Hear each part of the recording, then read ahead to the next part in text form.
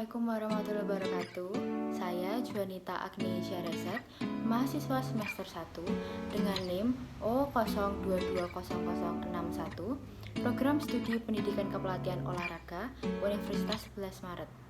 Pada video ini, saya akan menyampaikan materi pada mata kuliah Sejarah Asas Keolahragaan. Ada dua subbab, yaitu Olahraga Masa Penjajahan dan Sejarah Olahraga di Indonesia. Olahraga masa penjajahan ada tiga: zaman penjajahan Belanda, zaman penjajahan Jepang, dan olahraga masa kemerdekaan. Penjajahan Belanda, pedagang Eropa masuk Indonesia pada tahun Portugis 1512 sampai di Ternate, Spanyol 1522 sampai di Maluku, Belanda 1596 di Banten. Indonesia menolak, dan terjadilah perang pada tahun 1816 hingga 1942. Lalu, Perkumpulan Pedagang Belanda atau VOC, setelah bangkrut VOC diambil alih pemerintahan Belanda. Kemudian, pemerintah Belanda tidak menaruh perhatian pendidikan rakyat Indonesia. Pemerintah Belanda hanya mengawasi pendidikan lewat langgar-langgar. Dampaknya, para pemimpin agama yang membahayakan Belanda ditangkap dan dibuang ke tempat terasing. Pemerintah tidak menaruh perhatian kepada pendidikan jasmani. Sejak pendudukan Belanda, penjas sudah dilarang. Penjas baru ada pada akhir abad 19 dan sekolah anak-anak Eropa yang berkembang. Latihan jasmani yang diberikan: senam sistem Swedia, atletik, kasti, bola pagar, sepak bola, dan bola tangan. Senam sistem Swedia tahun 1916 oleh Dr. Minkena, M.J. Jutan, dan Dr. Nieuwenhuis. Masyarakat Indonesia tidak tertarik terhadap senam ini. Menjelang Perang Dunia Kedua, latihan senam dengan restok dan ring telah tersebar. Terbukti di setiap kampung Jabar terdapat restok dan ring. Atletik menarik bagi pelajar di sekolah lanjutan karena sering dipertandingkan dalam acara sekolah. Cabangnya yaitu jalan, lari, lempar, dan lompat, panca lomba, fish camp, dan desa lomba, tien camp.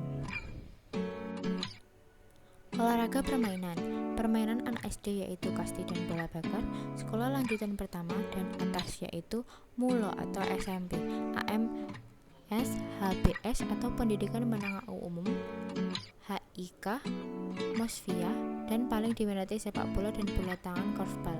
Permainan yang berkembang pada kalangan tertentu yaitu tenis lapangan dari kalangan bangsawan atau sedang tenis meja dan basket orang Cina.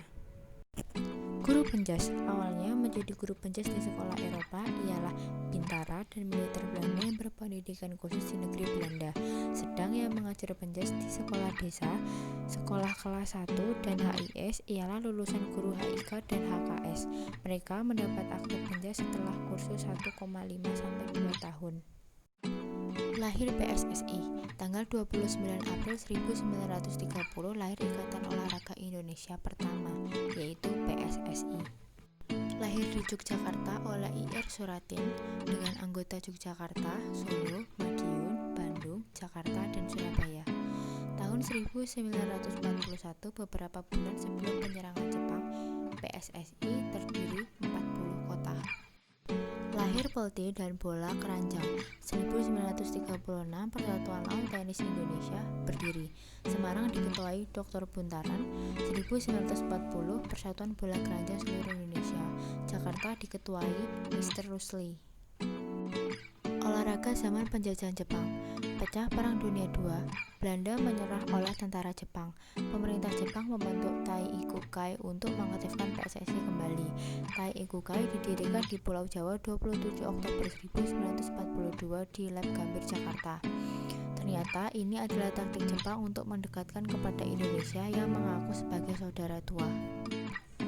Olahraga yang dikenalkan zaman penjajahan Jepang yaitu PBB atau Kroireng, senam atau Taiso, Kendo yang memainkan senjata yaitu bayonet.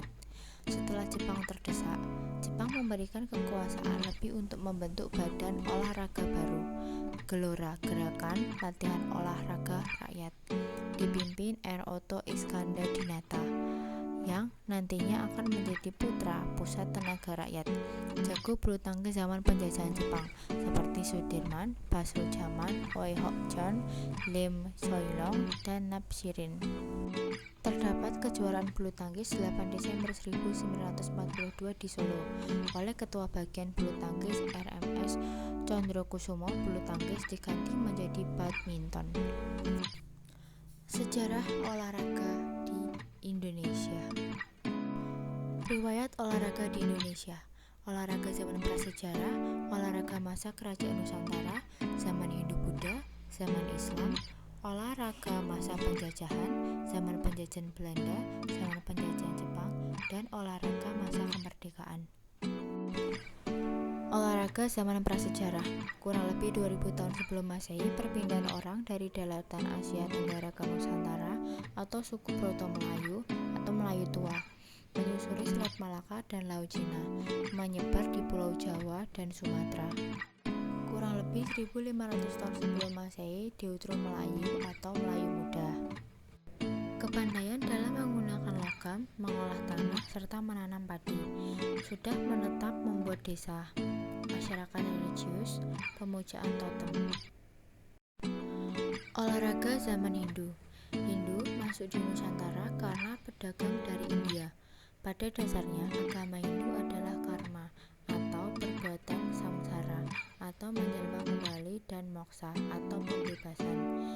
Reinkarnasi, bahwa perbuatan manusia jelek maka tingkat jelmaan menjadi rendah, begitu sebaliknya.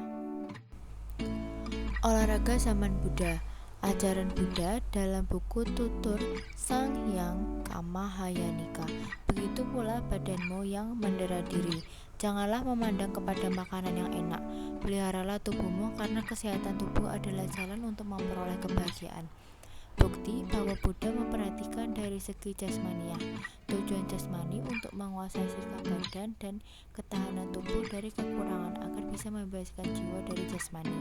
Usaha pendidikan jasmani terutama diberikan kalangan Brahmana, sedang kasta Ksatria untuk kemiliteran, berburu, menunggang kuda, berlayar, memainkan tombak, gada, dan busur.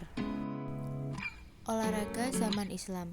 Islam dibawa di Nusantara oleh saudagar Gujarat, India yang taat, menempati di pantai Membaur dengan penduduk dan kelamaan mendekati pimpinan suku.